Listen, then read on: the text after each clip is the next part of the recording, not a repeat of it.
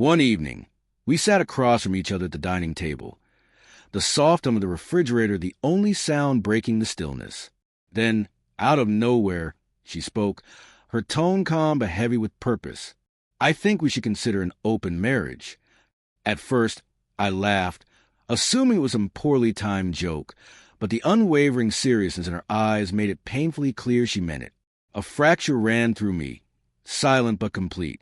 We had shared nearly 10 years of life together, built memories, a home, a bond, and now she was asking me to share her with others, as though I were just a guest in her life, not her partner. My voice trembled as I asked why, desperate to understand if I had failed her, if there was something missing in me that couldn't be fixed. She shook her head, composed yet distant, and said, "This isn't about you. I just need to feel unbound." That single word, unbound, cut deeper than any explanation could. The days that followed were unbearable. She began leaving more often, offering vague, evasive excuses. Late-night outings, weekend trips, work dinners that stretched endlessly. She returned carrying unfamiliar scents. Perfume not ours, cologne that wasn't mine. I buried myself in work, hiding in reports and schedules, pretending I didn't notice, because admitting the truth would make it real.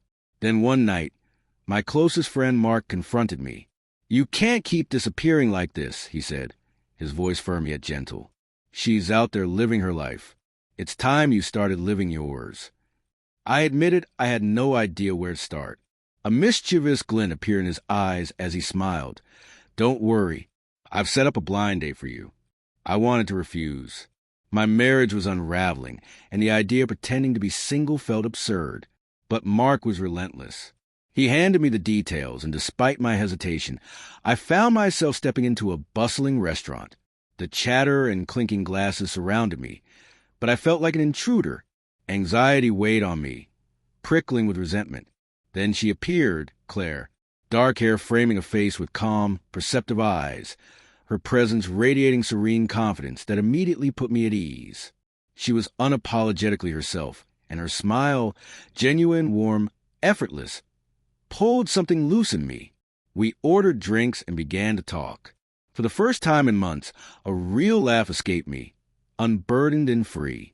She asked about my life, my passions, my work. Hesitant, I shared the turmoil of my wife's open marriage proposal, the confusion, and the hurt I had been wrestling with. Claire didn't offer pity. She met my gaze steadily and said, "That must hurt deeply, but her choices don't define your value." Her words struck me with clarity, cutting through the long-held self-doubt that had anchored me. Halfway through dinner, Claire leaned back, eyes gentle but unwavering. "I probably shouldn't say this on a first date," she said, "but I'm her sister." My heart stopped. I thought I had misheard, but she repeated it with calm conviction. Shock screamed at me to walk away. Every instinct screamed that this was a boundary I shouldn't cross. But then she reached across the table, brushing her hand against mine. "I'm not here to cause chaos," she said softly. "I just want to meet the man my sister is letting go." Her sincerity, steady yet tender, held me in place. After dinner, we wandered the city streets, sharing childhood memories, hidden dreams, and old pains. She spoke of her frustration with her sister, watching her slip into self-absorption without understanding why. I confessed fears I hadn't even told Mark, the terror of abandonment, the shame of feeling inadequate, the simmering anger that weighed me down. Claire listened, truly listened. For the first time in years, I felt seen, valued in ways my wife no longer offered. It wasn't simple. Feelings tangled, boundaries blurred. But it wasn't about revenge. It was connection. Two people hurt by the same person, finding solace in each other's presence. Guilt whispered at me. Every glance at Claire reminded me of my wife. Yet, she brought what my wife no longer did: empathy, care, respect.